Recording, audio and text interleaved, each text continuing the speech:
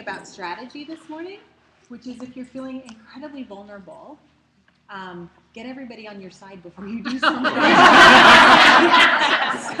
so thanks. That was awesome. Like, much more able to come into this relaxed and happy now that I think you guys are probably rooting for me to do this well. Doesn't matter what you know. Exactly.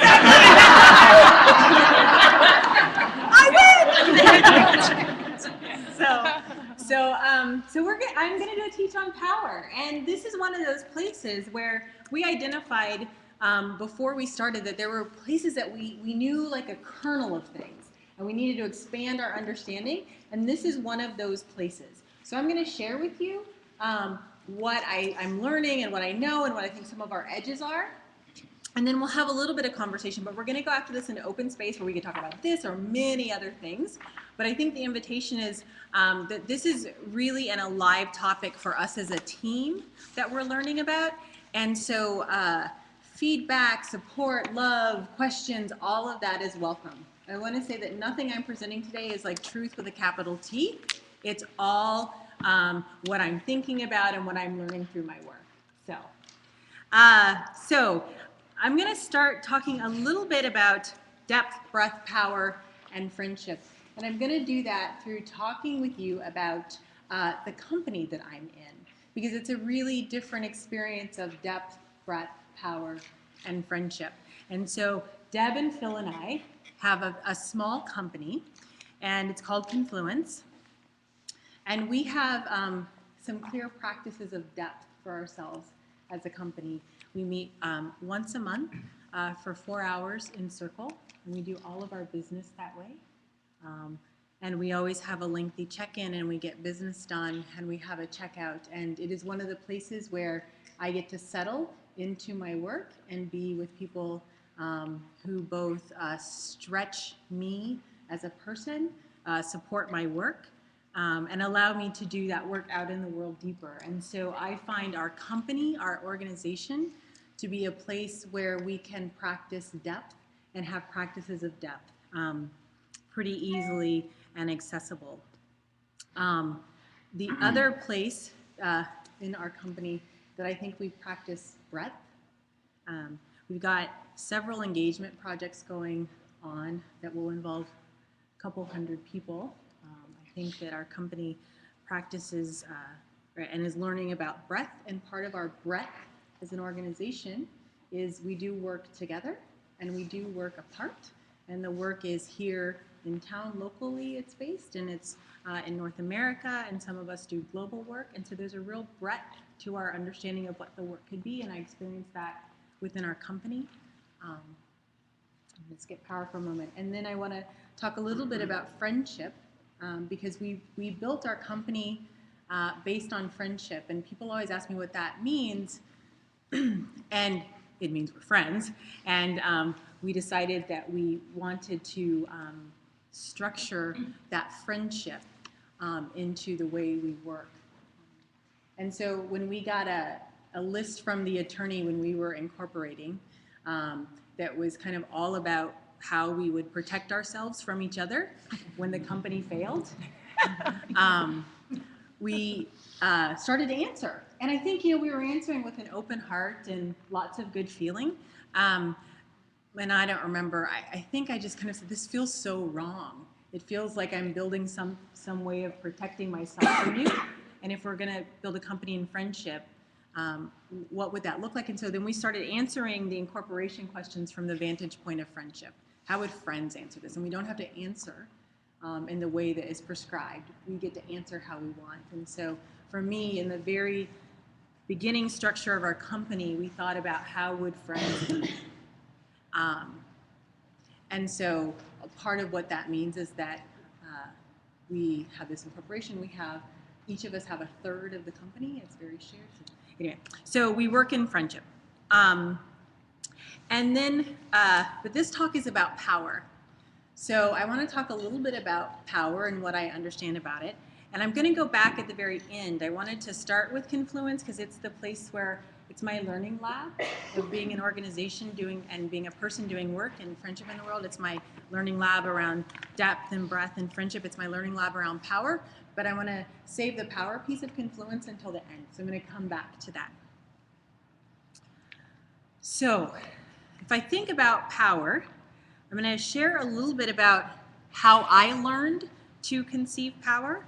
And I learned that there were kind of two major types of power. One was relational, and one was personal, right? So power that you get or have in relation to someone else. So it's not about just yourself, but that power that you have in relation to someone else. I'm going to dive into this a little bit deeper. But the relational power that I learned about, it was a specific model. So I'm going to say my background is in activism and social change. So this is kind of a structural social change way of thinking about power that I was taught, both in social work school by that lovely man who went to Russia all of the time, Imbrogno. So. Yes. And also just, it's so lovely to be in community, right? And I don't even have to remember his name. Tom has it. In social work school, but also then when I went into kind of anti-oppression work. Right? So this is how I learned about power. There was power over, right? Groups, and I'm going to go into each of these a little bit more. So there's power over, there's power with, so we share power. There's power for, so power over could be positional power, it could be groups having power over. Power with is more collaborative power. Power for is more kind of advocacy power. I have power and I'm going to use it on your behalf. Right? So kind of those were the kind of relational bits of power that I learned about. And then was it Adam that named power too, Phil? So then I learned about personal power or empowerment. And I think a little bit of an evolution of that idea is this power to, the power to impact your environment, to do your work, to get good work done. It's power to, right? So it's more, it's not about me and you or you and me or sharing power. It's about my own internal empowerment to get things. There's a drive in each of us, right, to get that done. And then as I've done more and more kind of work in the world, I realize there's kind of relational power and there's personal power. And then there's kind of this, I don't even know how to quite say this, but there's like,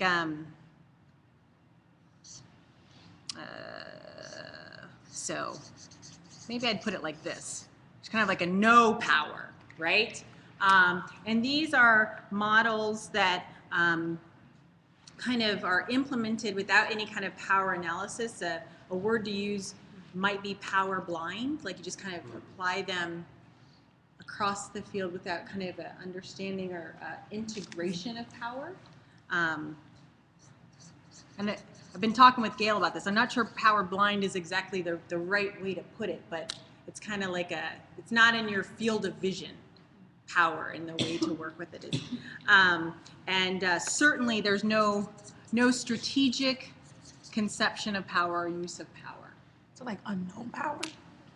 Is it unknown? Or more like oblivious denial, like not a willingness to acknowledge. Very different from Helber's unwillingness to acknowledge power. Which mine's a definite unwillingness. Right. You can have subconscious level, there's blindness to Yeah. power at the Maybe, but often it's models that power just isn't built into. So it's they're purposefully choosing to not Or- incorporate power. Or perhaps there's such a level of blindness to my own power, it just infuses what's happening, but I have no awareness of it. It's unconscious. it's unconscious power. Right? And often those models tend to come out of folks who have quite a bit of historical power, right? So can you give an example, Tuesday? Colorblind. I'm Okay. colorblind. Okay. That would be everyone's the same. I don't need to, I don't need to acknowledge her. right? That would be a beautiful way to live if we could all just be human beings, which would absolutely be a beautiful way to live, right? Like, that's way better than, wearing a hood. But there's kind of like I don't want to deal with that, which is very different from Helber's, I reject that, and I'm going to act however I want, right? So, You've got your own model now. I don't want to. Friendship will kill you. And those of us that know you are not in disagreement, as you can see, in the room, we're all like, I was like, oh yeah, that's what it looks like. Go ahead. It's like how to help the power. Yeah.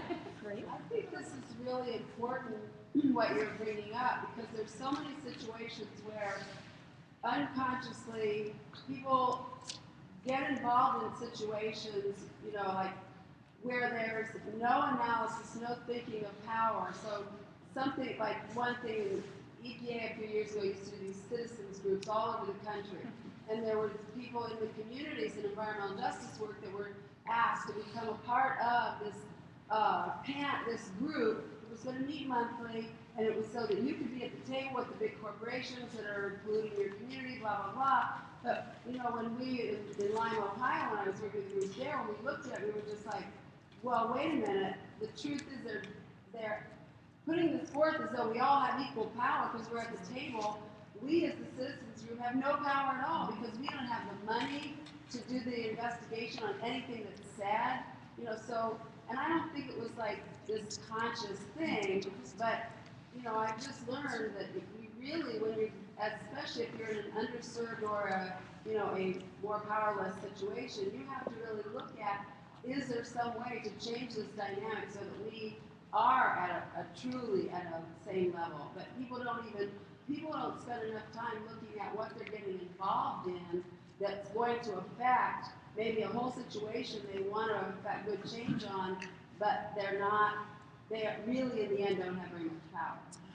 Yeah, and so I have a million thoughts there, Noreen. Yes, so that would be the kind of power blind, and I see it in hosting practice when we say things like, get in a circle and we'll all be equal and have equal voice. Well, just because we come into a circle doesn't mean we're all equal, doesn't mean those dynamics of oppression aren't playing out within the circle, doesn't mean all of that. And so I think there's an attention to it. I actually don't look for my processes. I mean, I try to have them equalize power, but I also realize the context I'm in is that we have unequal power.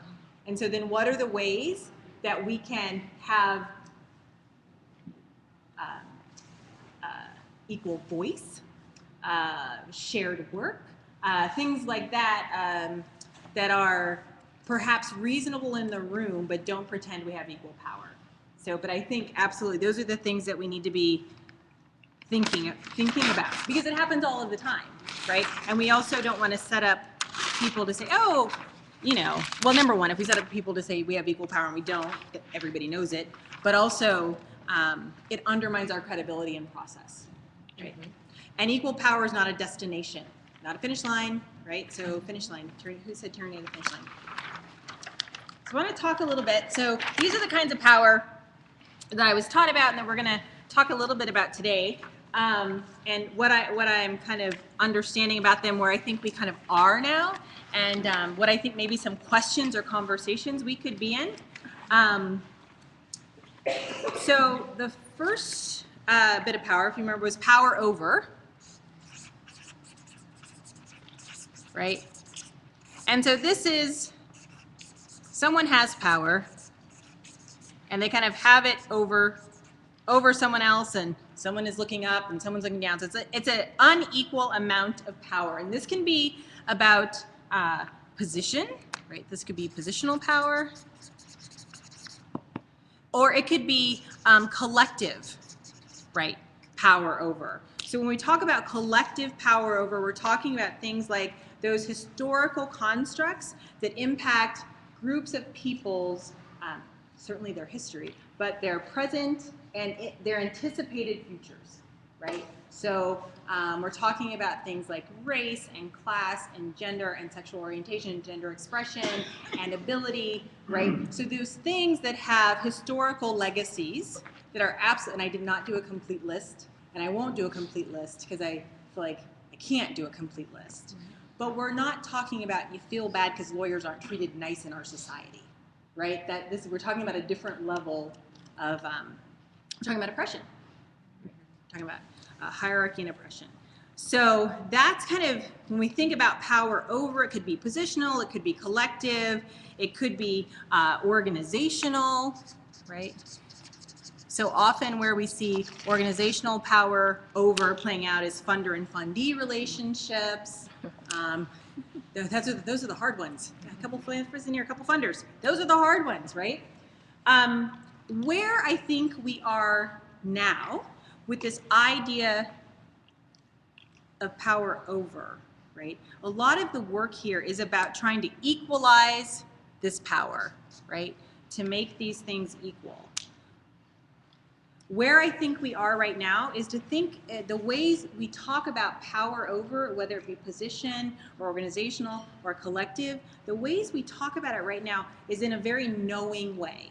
This is how it is. This is the truth with a capital T.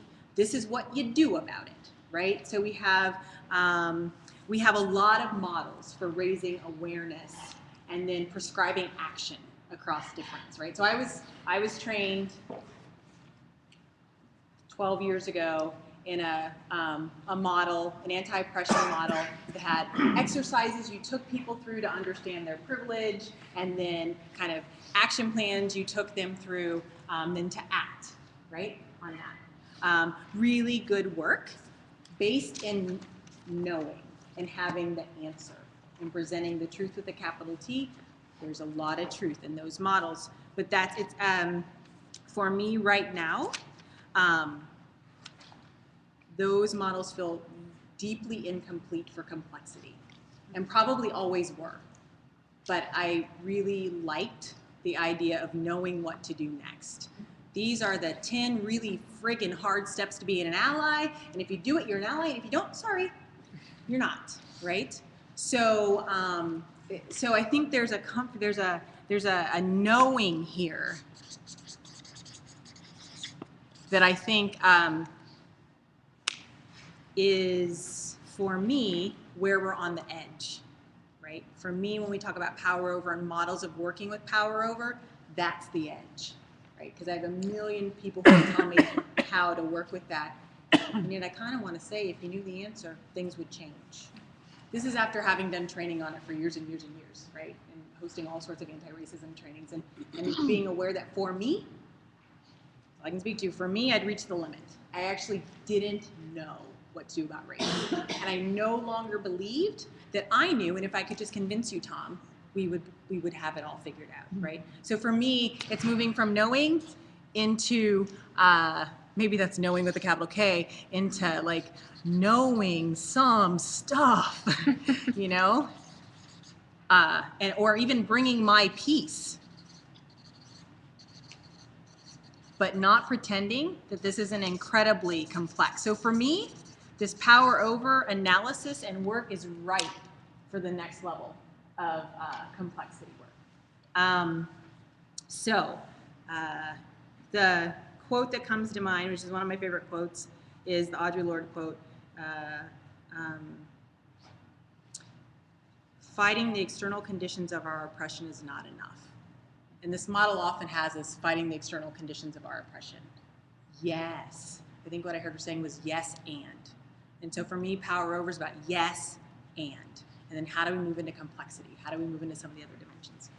I want to talk a little bit about where I've seen us begin to work with this well, so that you have some sense of like it's not just like an incomplete model. I think where I think I could say we're working with this well, not perfectly and not easily, but I want to talk a little bit about CSB and the homelessness work. And so with the homelessness work we're doing in the community right now, and there are several people here involved in that work, we're working on transforming our adult crisis response system to homelessness. We know that we need a significant, moving the deck chairs isn't enough, both economically unsustainable, and the service provision is not where we'd like it to be for folks who are experiencing homelessness. And so in that work, we have convened 100 people and 50 organizations. That's right, right? That's what we got, right? Over 100 organizations. 100 organizations, 300 people. Oh, well, look at that. 100 organizations, 300 people. I'm going to update my, it's a lot of people. We've been doing a lot of work. And yet the person, the group that's convening it is a funder, right? Absolutely. And so we have those dynamics of power over, and they're showing up, right? Because we have funders and fundees in the room. We have people who fund CSB in the room. We have all of those different levels of power in the room. It's fun, isn't it, Kim? And Especially when you're on top. He's on top. Kim's on top. Absolutely. And so, In the room. what? What's that, Kim? Said now it's in the room. Right. So one of the places I think we've done this well, and I could talk about the project forever because it super lights me up, and I think we're doing something that I don't know has ever been done before. So lights me up. So, but what I want to talk about where I think we've been thinking well about power over is we have decision-making clarity in this project. We know and said from the beginning where decision-making lies. We've got a core team of people, we'll talk about that tomorrow, who makes recommendations. We have a strategy group that is folks who have more traditional power and influence and resource in the community, making recommendations. We have work groups who are making recommendations, and the decision-making structure is CSB's board. Absolutely. No other group makes decisions. We all make recommendations to that board, and because they have fiduciary responsibility at the federal level for how we're spending dollars. I mean, the buck stops there, and we knew that from the beginning. And so that's where we had decision-making responsibility. And we've said that from the beginning. How we've tried to help have equal voice and shared work and shared power to the best of our ability is that we have board members on work groups, in the core team, on the strategy group, so that when we make a recommendation to the board, they've known about the work for months. It's not a surprise. It's not, and we try not to bring recommendations that the board would say no to, right? Because that's going to feel like, bah, yeah, you said this was a wide community project. When the rubber hit the road, you said no. And so we try to keep the no's from happening at every step of the process because the board is informing all of the recommendations. The board is being informed by all of the work in the work groups, in the core team, in the strategy group, right? So it's a very back and forth so that we can try to the best of our ability when power over absolutely exists and is not going to change to have that inform the work. So that's just one of the ways I think we've been successful. I would add, Deb or Michelle, do you want to add anything to that about decision making? Okay. Another.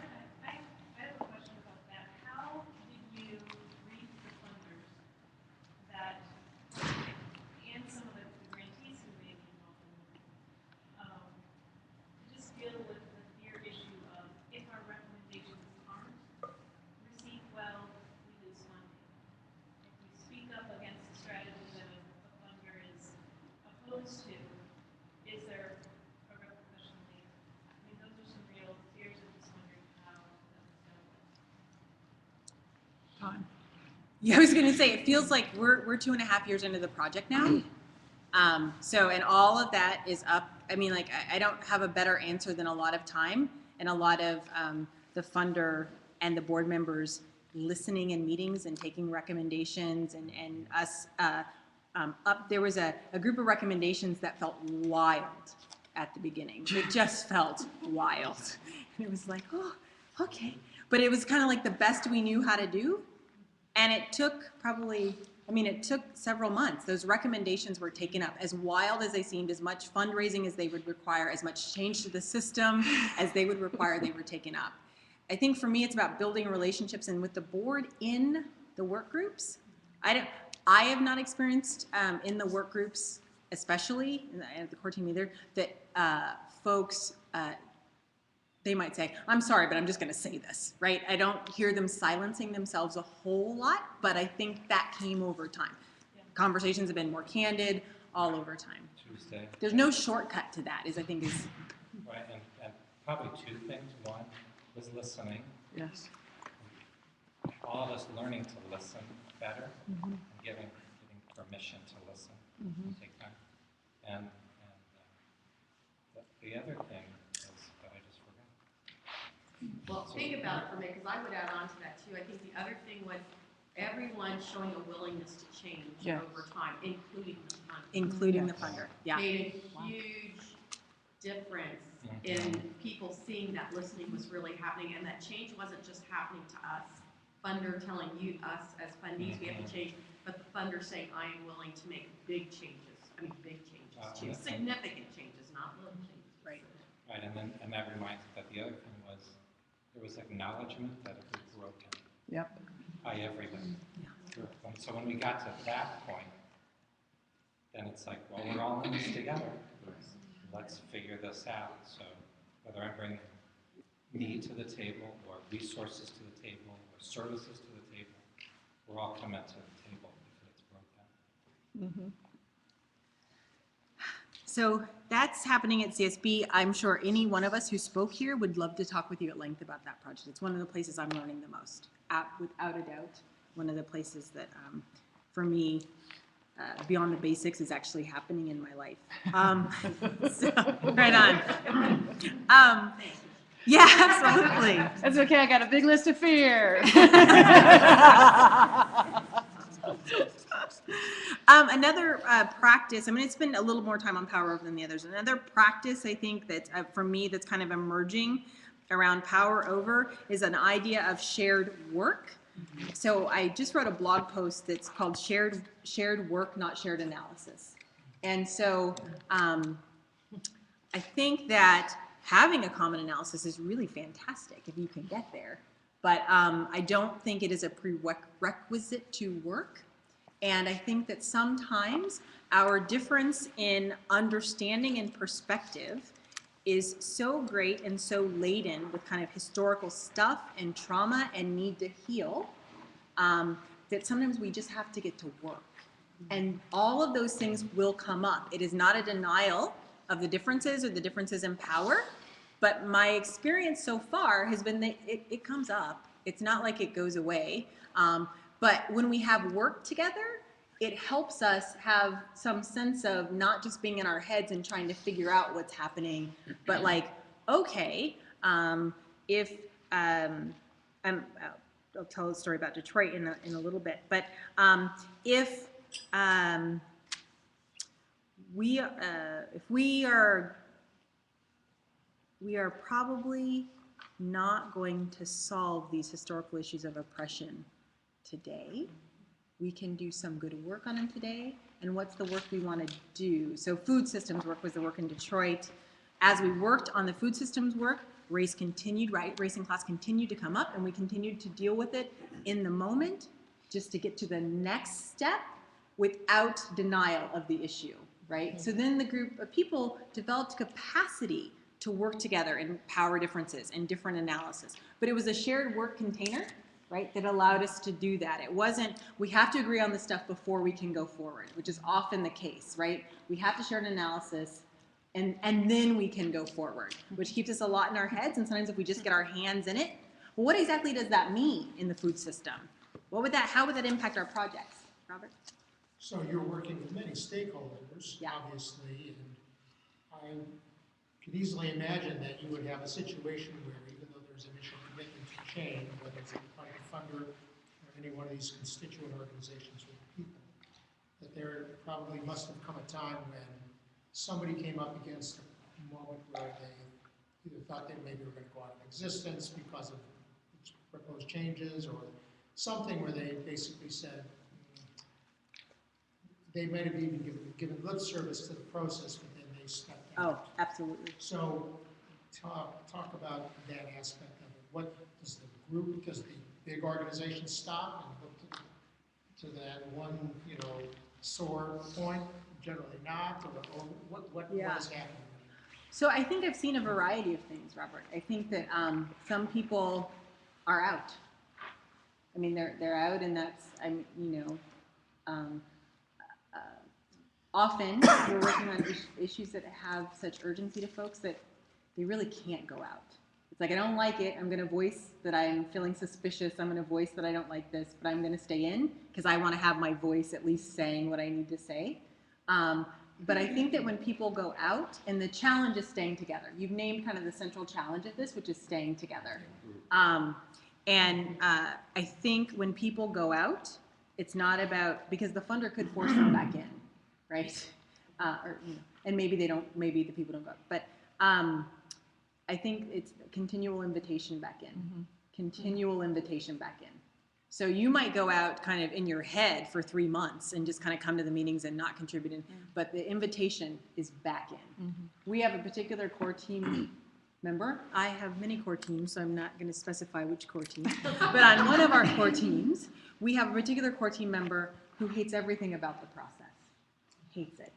And she kind of goes out, and she goes in, and she's kind of a pain in the behind, but the invitation is always to come back in. Always to come back in. But interesting, I just want to say, if we were talking about a certain core team,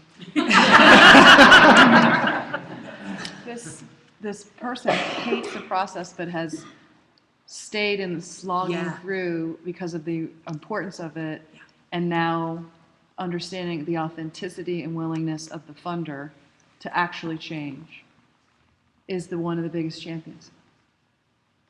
So the work helps healing. The work is so healing.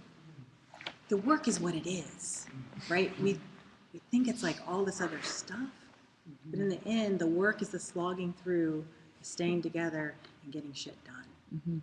And it's not beautiful because we have not figured out how to be well together all of the time with power differences. We have like moments of figuring out how to be well together, and we do it, and we get to the next step, and we have the next moment. But it's staying in it, and the work is the vehicle feels like such an important piece of that. The work is the vehicle, and when the work is compelling, when the purpose is compelling, when we talk about the amount of homeless folks in our community, when our homeless funding agency says we are going to end homelessness, that's compelling. It's the magnet piece, but it's the work in the center, not the personalities. So it sounds like the work piece is related to friendship and relationship building. And so, I mean, to me, that's what it sounds like. Because when you work together, you have more opportunity to build those things rather than when you're just constantly in an analysis phase. I think a good way to put it is the work is the vehicle through which friendships can form, right? Instead of let's be friends and do work together, right? Which is ideal. That would be fantastic if we had great relationships and all agreed and then could do work. But sometimes the vehicle of building the relationships is the work. So I think there are a couple of, I'm one step away from this because I'm not involved with what these guys are, but I am involved. What I also see with this is it's the work, but they've never wobbled in terms of the practices that they're using. True. Or the purpose. Or the purpose of the work. And that's really significant because I think that these ways of working become practices as opposed to just simply methodologies. They become a way of being conscious as methodologies, as practices. So I don't think that's insignificant at all in this. That purpose is there, but there's practices. That's what takes place in our organization as well. No, I think that's really important, and actually it was something I was going to go over, was kind of going to gloss over, so thank you, because I think, I just said being in Circle doesn't make you equal, but I love Circle for this. Just by the way, because I don't think it makes you equal, but I think it gives you a chance to practice at equity, practice at it. Not that you get there and you're equal, but you have like this, it's a space of practice of equity. It's cafe is small circles, and open space is slightly larger circles. I mean, that's an oversimplification. Please, nobody who loves Circle get me for that. But there's something about having a practice where people have voice in that allows you to practice for moments of equity, not so anyway, so I think Circle practice is one of the things, and we meet, all of our core teams meet in Circle at least once a month usually, So I think there are questions to be asking around power over. I think, what are the next conversations we need to have? So I said, and you can agree or not agree, that's okay. I think the analysis piece is beautiful and wonderful, and it's taken us in some ways as far as we can go. So what are the next conversations we need to have, right? What are the conversations, if we had them, would bust open racial justice? And I actually don't believe it's the same conversation we've been having for the last 15 years about why can't people own their privilege. Don't think that's it. I just don't. Happy to have it with people who want to talk about it if they're my friends, but I'm probably not going to initiate that conversation because I actually don't think it's the edge. I think the edge is something else. I think Madison might be ready for the edge, right? Like you have a reason to have it. You have a reason to have the next conversation. So what is that next conversation? Where does our analysis hold us back? That's a personal question I'm in all of the time. Where does my understanding of race and power and oppression, where does that actually keep me from being open to emergence or possibility or even just or innovation, for goodness sake? Where can we see complexity and nuance in power over? That might be looking up to power or looking down to wherever our position. Where can we see complexity and nuance and stay together? Those would be kind of the questions I'm in. And I'll write this up and put it on the website. It's not up there right now. So those would be the questions I think we could be asking about power over. How are we on time, Chris? Awesome. All right. So the other kind of power I learned about was power with. So this is the idea of shared power. This is often like collaboration. People will say like, you have some power, I have some power, let's share it with each other, right? Power with, like the responsible use of power. And I think kind of where we are right now often is in a situation of forced collaboration, right? RFPs go out, they ask you to say who you're collaborating with, right? So, okay. So it's kind of like, yes, you must share power and you must be in a relationship. And if you aren't, you don't get this money. So please don't lie to us about your willingness to be in a relationship, right? Or in to share power, right? So I think collaboration has gotten, at least in the nonprofit sector, a little bit of a bad rap because it's when the rubber meets the road, often there may not be great relationships and sharing of power. But I think because funders are asking for it, and because the complexity of our time, I think, in some ways, is really asking us to share power and be in relationship. I think there's a real opportunity to reimagine what collaboration is and what that looks like. And so I think some of the kind of emergent practices that I'm seeing in this opportunity to reimagine power are things like new language around collaboration.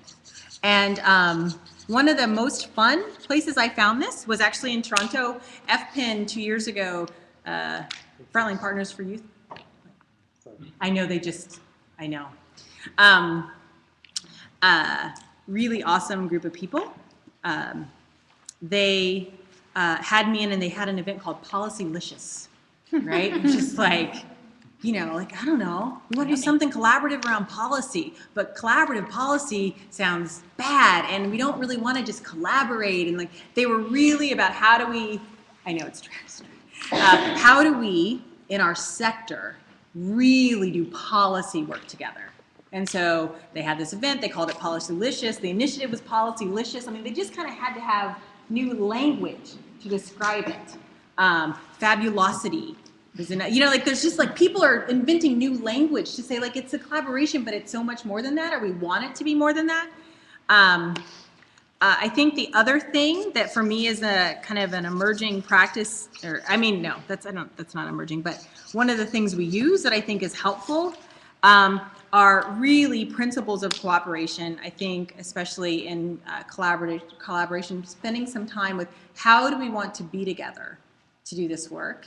And I just want to distinguish that from ground rules or even agreements. Because often when we get into ground rules and agreements and collaboration, it becomes the way that we beat each other up and say, you're not doing what you agreed to do, or you're not following the ground rule, right? And often it's the host who's kind of suggested some ground rules and how do you think. So these principles of cooperation are developed with the group. And as Tim has said, it was just so helpful for you to frame this for me once. They are not, again, finish lines. They are conversations we need to be in. So when we develop principles of cooperations with core teams and groups, it's not agree to this or you're out. It's like, oh, these are the places where we need to keep talking, right? Because they're the places we're going to come up against. And so if you can have active, vibrant, alive principles of cooperation, if you go into MOF, the principles of cooperation from the last core team are up on the wall from over a year ago. Oh, did you just take them down? Oops. Okay. We did take them down because we're doing our other. But they're over a year old for a year. Every time we went into that room, they were right there. I just all of a sudden was like, wait a second, last time I was there. So anyway, alive, living, that's right. Did you erase it, Sarah? Sarah's like, that was me. I totally took them off the wall. We have our new values. And those needs to go up. That's good. It's because we've embodied them. Right, absolutely. There you go. So there's something about the practice of being in conversation about them. And then the other way I think that, at least I'm hearing about collaboration being talked about differently is collaboration within a network, right? Which is that like different nodes bring different things, but we can share what you have good and what you have good, and it's not actually about sharing power in the same way. It's about sharing practices and learnings and things like that. Questions I think we need to be asking about collaboration. What's the minimum we must have in common to do this work together? And then I'm almost always willing to challenge, like, really? Do we have to have that in common? Is that just kind of the way we're used to thinking about the work?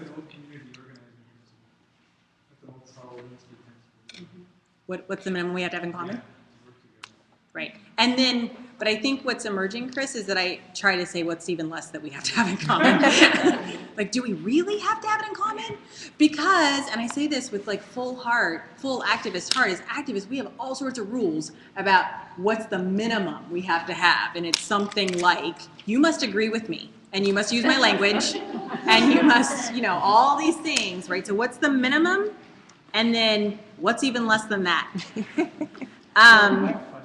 Yeah. So one of the principles of collaboration is acknowledging that you don't have all the answers, right?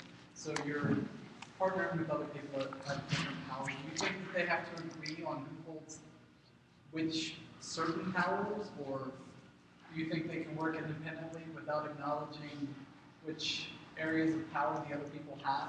I think it's actually really helpful to map out what's actually happening in the system and where we contribute and where we don't contribute and what we're good at and what not and what are the resources we bring. And, we're in communities now with our 20 county project where people are beginning to actually say, oh, we need to actually develop a coalition, which could have happened at any time, but now's the time we need to develop a coalition to share resources. And what that means is I actually have to tell you what my resources are, right? Which is, kind of shaky in the nonprofit world. I mean, it's all public sort of ish, public-ish.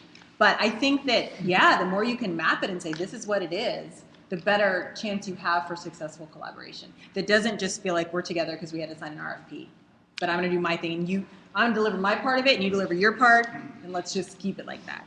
Tuesday? Yeah. Is it not just like, when you say mapping out the system, make sure at a resource level kind of inventory, but isn't it also like at a human or individual level? Like, do you have a foundation of like what is the sort of inventory of gifts or strengths or other things that the meeting actors are bringing in to the work? I mean, as a way for them to feel personally empowered by the expertise or whatever they're bringing, even if it's different than whatever else. Right. So when I say resources, thank you, Meg, interrupt, that the resources are the strengths and gifts and assets each organization might bring.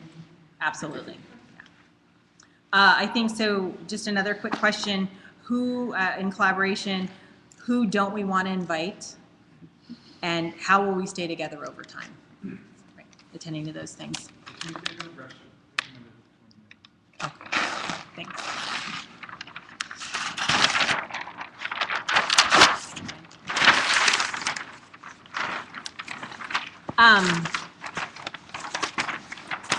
The third kind of relational power that we talk about is power 4,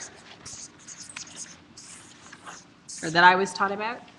And this is kind of, it's not kind of, this is the advocacy model. I have power and I will use it responsibly on your behalf. Right? So, you know, I have access to this group of people with resource and power, and I'm willing to speak that in for you. And that's maybe even we have advocacy organizations. That's my whole role, is to speak it in for you. So I think where we are now, if I would just kind of shorthand it, I think where we are now with advocacy models that I can see in the groups that I work with is that we actually have some good established advocacy models. This is how you advocate on behalf of. We have a lot of work done around being an ally or being an organization that works on behalf of, engaging the community. You know, I think that it's no longer advocacy organizations have nothing to do with the communities they're advocating for, right? I mean, I think most organizations are trying to close that gap between themselves and the people that they advocate for. That's not always the case, but it seems to be. But I think the whole was, again, the limits of the models were not to equity yet. And so there's got to be some edge that we're not quite understanding. And so far, I think we've positioned that edge as those people don't get it. And I actually don't think that's the edge. I think the edge is in our models of advocating for and with and an understanding of system and impact. But I think the easy answer of if I just push harder as an advocate, I will get what I want. I know what it is. I'm just going to push harder, and then that will happen. I don't know. I think we're seeing the lack of sustainability of that, both in there's been huge impacts from advocacy work. Absolutely. Often at the cost of human bodies, right? Like so many of us are burned out and sore and stressed and not able to do the work any longer. And we still don't have equity, right? That's not a failure. It's just we're not quite there. So I hear us calling for more, right? That's what I'm saying. So I think the emerging practice there is something about walking with as opposed to ally or advocacy work. I think this is the edge. How do we begin to walk with, which is a behavior and not a label, right? Or not a naming. So the focus on what are our behaviors that act in a way of power for, not how do we identify ourselves as working with power for. And Kelly McGowan it took me like a year to get this. At one point she said to me, I don't want to be an ally. I want to be your family. And it's not, that's where the friendship piece comes in. Like if I'm an ally, it automatically focuses on our disconnection. Not that ally work isn't important. Come with me. This isn't an either or. But there is something problematic about my doing on your behalf, right? It's rescuing some people. Absolutely. It's colonizing. It's violent, right? It's marginalizing. There's something about, it can be. So there's something about walking with people, and I think about the food bank work, where we are moving into communities, and food bank, right? So Mid-Ohio Food Bank has a lot of power and influence, right? Like a really responsible use of their power is to advocate on behalf of those who are hungry. And if they weren't doing that, it would be irresponsible. So to do that with credibility and creativity, we're doing these community conversations where we begin with interviewing clients so that we make sure that the work is relevant and responsive, and also the work is co-created with the community who knows the clients the best. And I'm going to use this word because I thought it was really helpful. And we've been talking about, I think the language has changed inside MOF so far, but I think we've been talking about like how do you move to a community friends model where it's about all of us and people who are hungry are part of that, but what would it look like for everyone in this community to have enough food? Because this is a community of friends. There's a saying attributed to a woman, indigenous woman, that basically, if you're coming to help me, you're wasting your time. But if you're coming because our destinies are woven together, then let us talk. Yes, yes, right? I don't know anyone who feels great about receiving help. I feel fantastic when I'm seen and you want to walk with me and you have an interest in what's happening for me.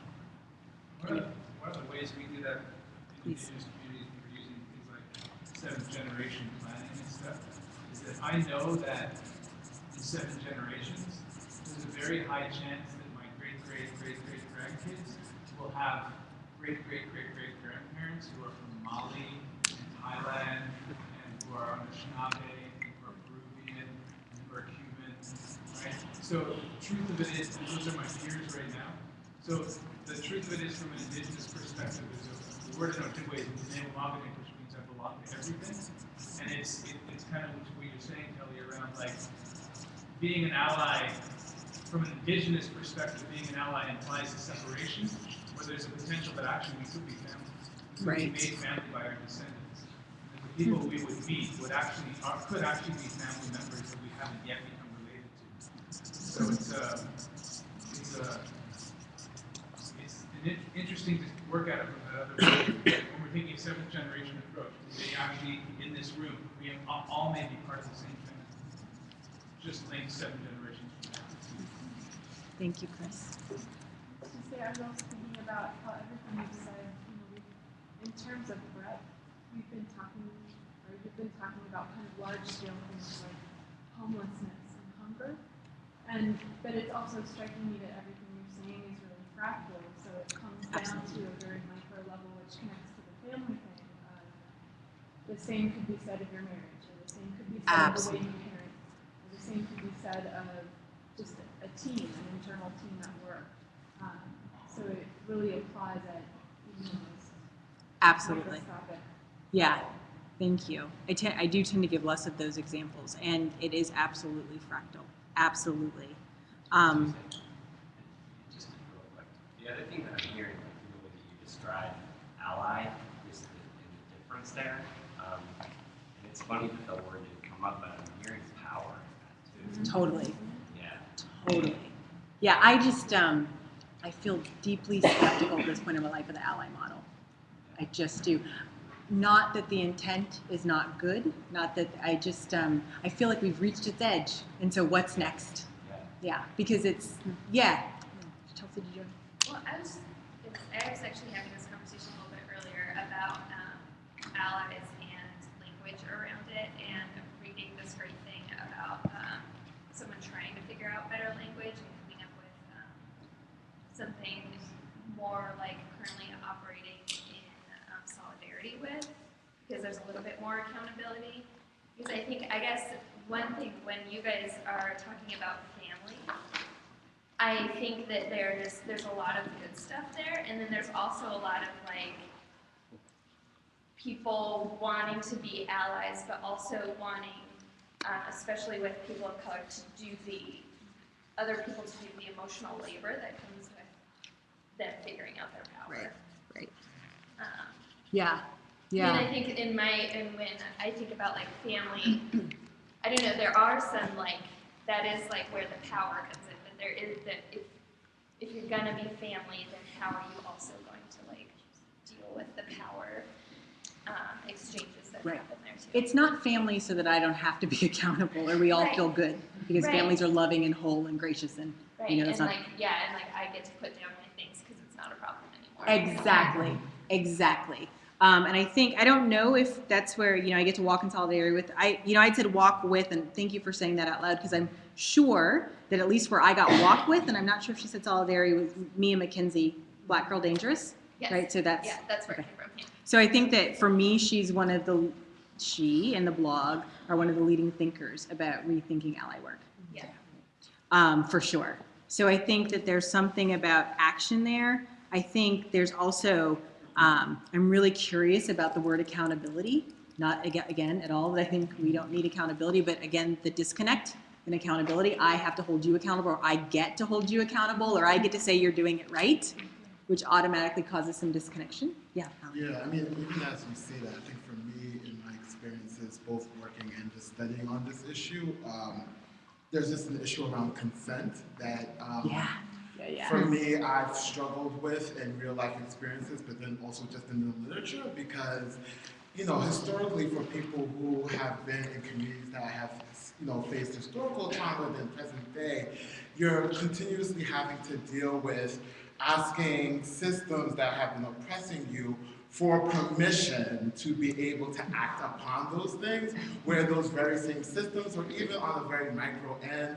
it could be within your job or organization where, you know, your boss doesn't have to ask you consent to be able to take action on things, you know, before you go ahead and roll those things out. And when those things get rolled out, you know, the consequences that get associated with those things are not held to the same level of accountability as they would for somebody who is underneath that system in the hierarchical structure, who then takes action, and then when those things get rolled out, you then get held accountable. And it's not in a very, you know, pretty and transformative way. It's actually in a very punitive manner, right? Which then replicates the same kind of trauma. So yeah, I feel like there's something around consent. I don't have the language for it yet, but I feel like that's part of the kind of discussions that we're having around this levels of power and types of power. Absolutely. In terms of making some sense making of it.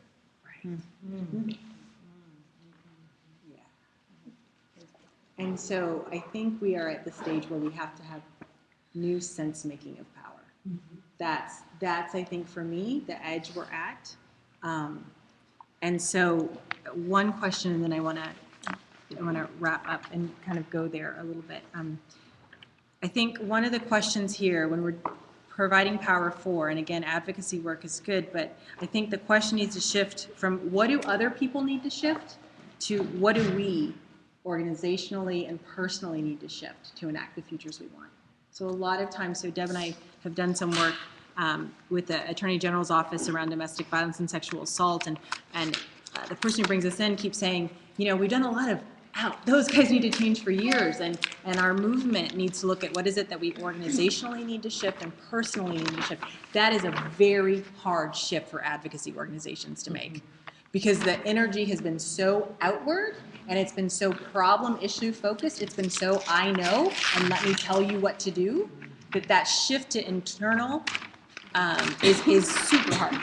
I just wanted to say one thing because you brought it up, and it was about when we go into community work, and it relates a little bit to the topic, you know, that we're just talking about, and having those interviews with the client so that it's not what we're doing for them, but it's what we're doing with them. They're also invited into every, you know, so it's not only that we're interviewing them to kick off the work and help ground us, but they're asked to be at the table with all of the systems people to be part of the process. Yeah, I think, thank you. If that wasn't clear, if that wasn't clear, absolutely. We invite them into every meeting. We try to ensure their success at the meetings through processes and through friends coming with them, if that's helpful. You know, like we do things to try to make sure that they can fully participate in all of the solutions. I want to go back to my sense that this is how I learned about power: relational power, power over, power with, power for, personal power, power to, or kind of power blind. And in my own work, so you've heard me say, I think like with the time is right for what's next, I think that our reimagining of power is part of what's next. And so I've been thinking about what is the something else, what is it that when we talk about relational power, which often plays out in structures, right? Structural racism. And then this personal piece, what is that something else? Because I actually think power too is not enough, but I think even doing these things really well, power is not enough. So I've just been thinking about like, what else? What is the something else? And so I've kind of landed on kind of a working way of thinking about power that I'm calling power among. And And so this is where I'd really, maybe even an open space, because we don't have a whole lot of time, would love to hear your feedback. But for me, power among, a lot of these, all of these, maybe not this so much, but all of these talk about power as a finite resource. It's inherently transactional, the way we're talking power. You give it to me, I have it, you take it, blah, blah, blah. But there's something about it's this finite resource that we can run out of, and so we need to use it well. And I'm really curious about what if we began to reimagine power in a way that does not ignore these finite resources, but actually is a conception of power that says when you take up your power, I am bettered, right? So I get something when you have more power. It's additive, it's infinite, it's really hard for me to articulate because it's kind of like, does that even really exist? I'm not sure. I'm not sure. But let me come back to confluence. I have a sense that power too is of nature.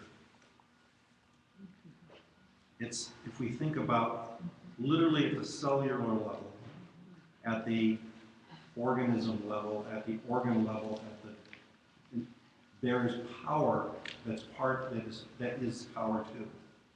And I think the reason that's hard to talk about is I think it's of nature. Yeah. And that's why it has that infinite capacity to it and not zero sum. Right. Yeah. And so I haven't done as much reading about power too. I've tended to see it as more of a self-actualization piece. And I'm saying that cellular thing expresses itself as self-actualization, as an individual, as a group. Right. Absolutely. And so this might be where, for me, the power among is, right? Like at a nature level. Like what is it that power could be self-renewing, additive, and so I go back to confluence, and we've talked about how I can experience depth, breadth, friendship there.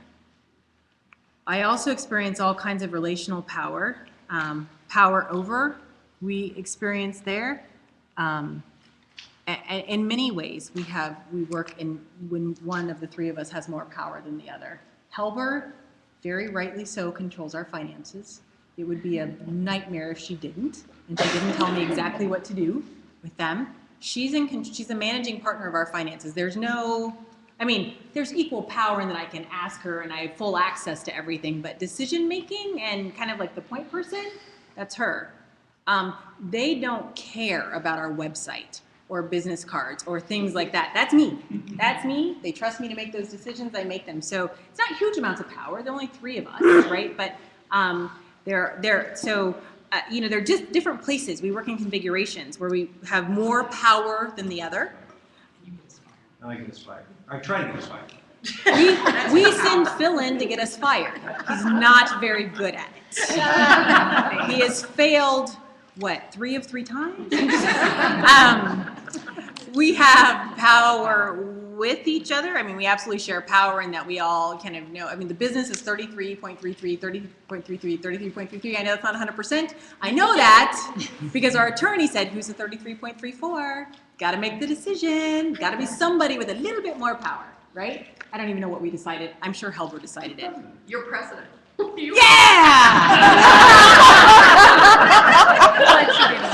That works out. I knew I was president. I didn't know that meant I had the 33.34. Now Right. I'm going to see how much she understands.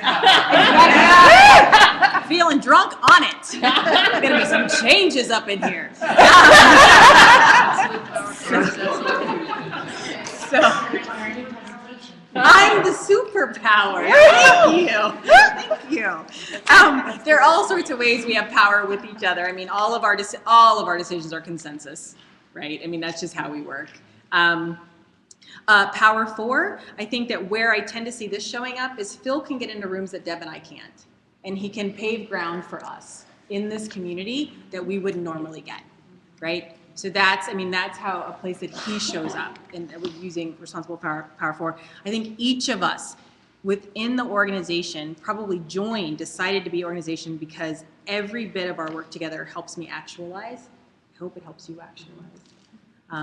That's the intent. And it is one of the few places where I think about this idea of power among, infinite power, how is it generative, and I'm not going to get emotional. that I absolutely experience. My partners getting more power helps me. And not because I get more work, but I rise. And so there's something about when Phil is better, I am better. And it's not because I love him, but I'm more competent, I'm smarter, I am more resourceful when he does better, when something good happens for him that has nothing to do with me. So I'm sensing it within the three of us. That's where I see it. And so I don't know if that means power among means intense, deep relationship. I sense it other places, but that's the place. So to name, yeah, I think, you know what, I'm going to stop there. I think there are some practices I was going to name, but it feels like done. So we need to go to open space. Thank you, friends. We can continue it in open space. Yeah, exactly. Call it topic. Yep. Discussion shows up. Absolutely. Thank you. I took more time. No, so I it's appreciate our it. time, and we're like figuring out how to use it. Yeah. We're all the more powerful. Yeah. Yeah. Clock